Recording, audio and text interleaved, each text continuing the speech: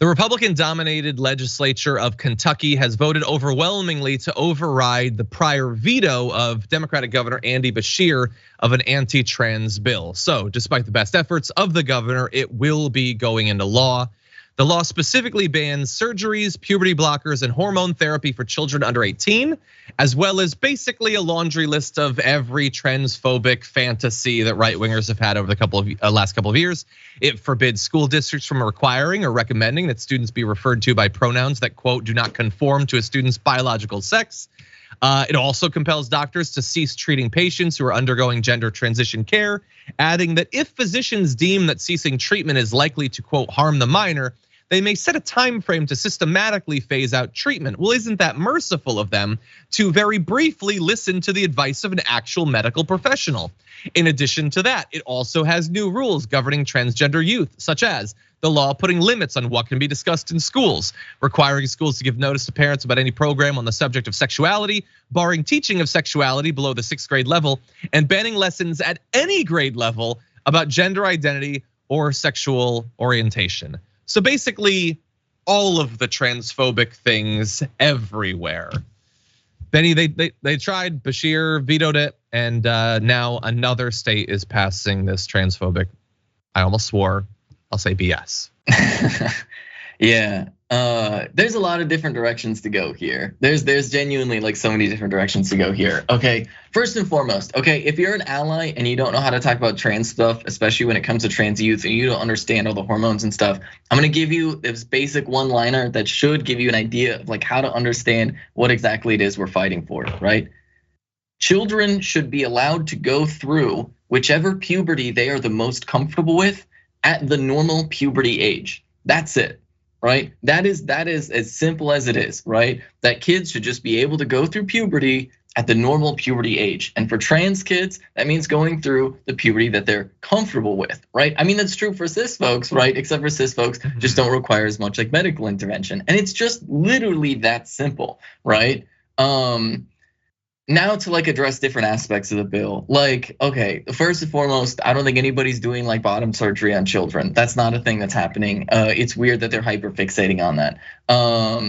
Secondarily, banning any conversation about gender identity or sexual orientation. This is where malicious compliance, I think, is very, very effective, right? Like, and I think any state where anything like this is put in place, there should be a lot of malicious compliance, because I hate to break it to you, but dear cisgender people, you have gender identities too. I know this is wild, but you have a gender as well. Gender is not just something that trans people have. I know, shocker, right? Shocker. So if they're talking about George Washington was a man who, oh wait, what? Are you teaching about gender right here? George Washington was a what? You're making a pretty bold claim here.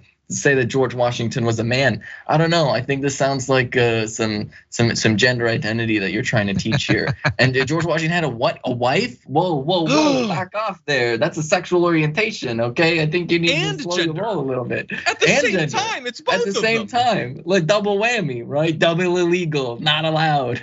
Okay, so like malicious compliance. And then the last thing I'll say is like, look, this takes like a longer conversation, but it is just literally inaccurate to refer to, for example, like for me as a trans woman, it is literally inaccurate to refer to me to claim that I'm a biological male.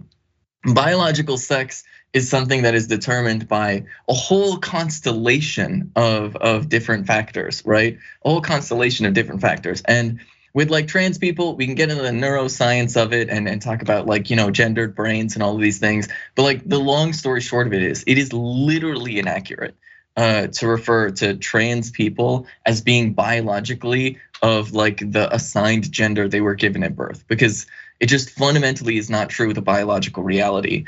And I know this is also gonna be really shocking. Most people do not fit perfectly into like every single like stereotypical like sex characteristic, right? Most people have some type of like variance like physiologically. And so gender is more approximated than it is anything else. Like biological sex, that is to say, is more approximated than it is anything else. But I mean, what do? I just have a master's degree, right? Honestly, that's the third way that it's illegal. An academic, barred.